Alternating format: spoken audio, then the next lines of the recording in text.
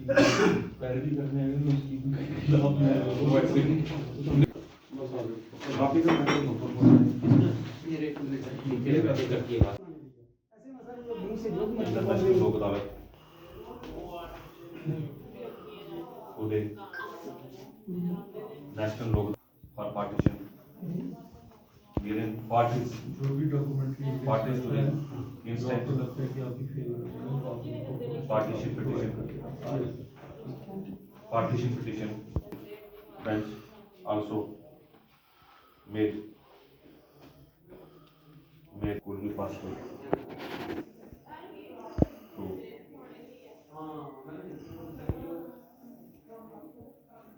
through private mediation। ठीक है, एक ही नंबर की बात है, मैं आपको बता दी। आओ आज 14 दिसंबर 2024 को डिस्ट्रिक्ट लीगल सर्विसेज अथॉरिटी की तरफ से एक बेंच कॉन्स्टिट्यूट किया गया है, जिसमें बेंच की लोकेशन रहेगी तहसीलदार ऑफिस चनैनी, और बेंच में जो दो रहेंगे हम मेंबर्स रहेंगे, वो एक हमारे तहसीलदार चनैनी जो कि मैं हूँ, और दूसरे हमारे एडवोकेट अजमेर सिंह जी। तो इस दिन का और जो हमारे को दायित्व दिया गया है वो यही है कि मेजरली रेवेन्यू के कुछ ऐसे केसेस जो एमिकेबली हम लोगों की प्रेजेंस में और लोगों की अपनी विलिंगनेस से हम उनको रिजॉल्व कर सकें, तो उन केसेस को सेटल कर सकें, वो एक हमारा आज का मैंडेट रहता है। तो उसके रिलेटेड तहसील कॉम्प्लेक्स में हमने एक लोक अदालत का आज दिन चूज़ करके कुछ पार्टीज़ को, कुछ केसेस को सुना है, और अभी भी प्रोसीडिंग्स चल ही रही हैं, और मैक्सिमम ट्राई रह रही है हमारी तरफ से, क्योंकि हमारे वकील साहब भी एक लोकल हैं यहाँ के, तो और यहाँ की लोगों को, यहाँ के मुद्दों को वो समझते हैं। तो एक मैक्सिमम ट्राई रह रही है कि एमिकेबली कुछ अपने जो कुछ पार्टीशन के इश्यूज़ हैं लोगों के, कुछ इस तरह के दावे हैं एक दूसरे पे, उनको हम एमिकेबली सॉल्व कर सकें, क्योंकि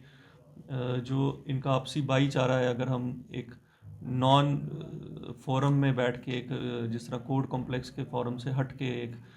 लोक अदालत की शेप में बैठें, तो काफ़ी हाई चांसेस रहते हैं कि लोग एमिकेबली उसको सॉल्व करें। जी, मैं एडवोकेट अजमेर सिंह कटोच। जैसे कि तहसीलदार साहब ने आपको अभी बताया कि एक तहसील ऑफिस में एक यहाँ पर जो है बेंच कॉन्स्टिट्यूट हुई थी, जिसमें तहसीलदार साहब खुद और मैं उस बेंच में बैठे, और जो मैंडेट है तहसील लीगल सर्विस अथॉरिटी हो या डिस्ट्रिक्ट लीगल सर्विस अथॉरिटी की तरफ से, क्योंकि national legal service authorities act 1987 का मैंडेट है कि जो रूटीन में रेगुलर कोर्ट में अगर मैटर सॉल्व नहीं हो रहे हैं या उनका टाइम कंज्यूमिंग ज़्यादा हो रही है, और विलिंगली पार्टीज़ अपने मैटर को अगर लोक अदालत में रिजॉल्व कराना चाहे, तो उनके मोशन पर उस मैटर को लोक अदालत में भेजा जाता है, ताकि दोनों फरीक लोक अदालत में आएँ और बेंच के सामने अपनी बात रखें। और सबसे अहम क्या है कि उसमें बेंच की भी बड़ी एफर्ट्स रहती हैं कि दोनों पार्टीज़ को एक किसी पॉइंट पर तक पहुँचाया जाए ताकि वो सेटलमेंट उनकी हो सके। ये जो उनके इंट्रिकेसीज होती हैं केस में, उन इंट्रिकेसीज को दरकिनार करते रहे, उसके बाहर भी जा सकते हैं, ताकि उन चीज़ को, इस चीज़ का एहसास दिलाया जाए कि अगर रेगुलर लिटिगेशन में आप रहोगे तो उसमें सालों साल लगेंगे, लेकिन जब इंस्टीट्यूशन होती है किसी केस की और मैटर रूटीन में हेयरिंग में महीने, 2 महीने, 4 महीने, 6 महीने या सालों साल लग जाते हैं, तो कहीं ना कहीं पार्टीज़ को भी ये रियलाइजेशन होती है, एहसास होती है कि शायद यार अब कंप्रोमाइज़ कर लेना चाहिए, कोर्ट में काफ़ी टाइम हो चुका है, या आपस में प्राइवेट अगर उनकी बातचीत शुरू हो जाती है तो उस मैटर को लोक अदालत में रेफ़र किया जाता है, ताकि मैटर को 5-10 साल या 15 साल चलने से किसी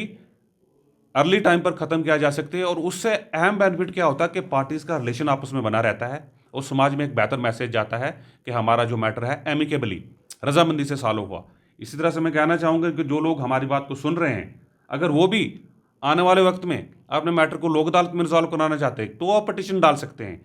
अपनी बात अपने काउंसिल के थ्रू कह सकते हैं या प्रिजाइडिंग अफसर को कह सकते हैं। अगर तहसील ऑफिस में उनका मैटर चल रहा है, तहसीलदार साहब को ये बात कह सकते हैं कि हमारा मैटर भी लोक अदालत में रखा जाए, कि हम भी विलिंग है अपनी बात आगे रखने के लिए और मैटर को ख़त्म करने के लिए। ये लोक अदालत आज 14 दिसंबर को नेशनल लोक अदालत है। इसी तरह से साल में नेशनल लोक अदालत के अलावा भी हर मंथ लोक अदालत होती हैं, तो उसका भी ऑप्शन जो लोग जो है उसका बेनिफिट ले सकते हैं। धन्यवाद।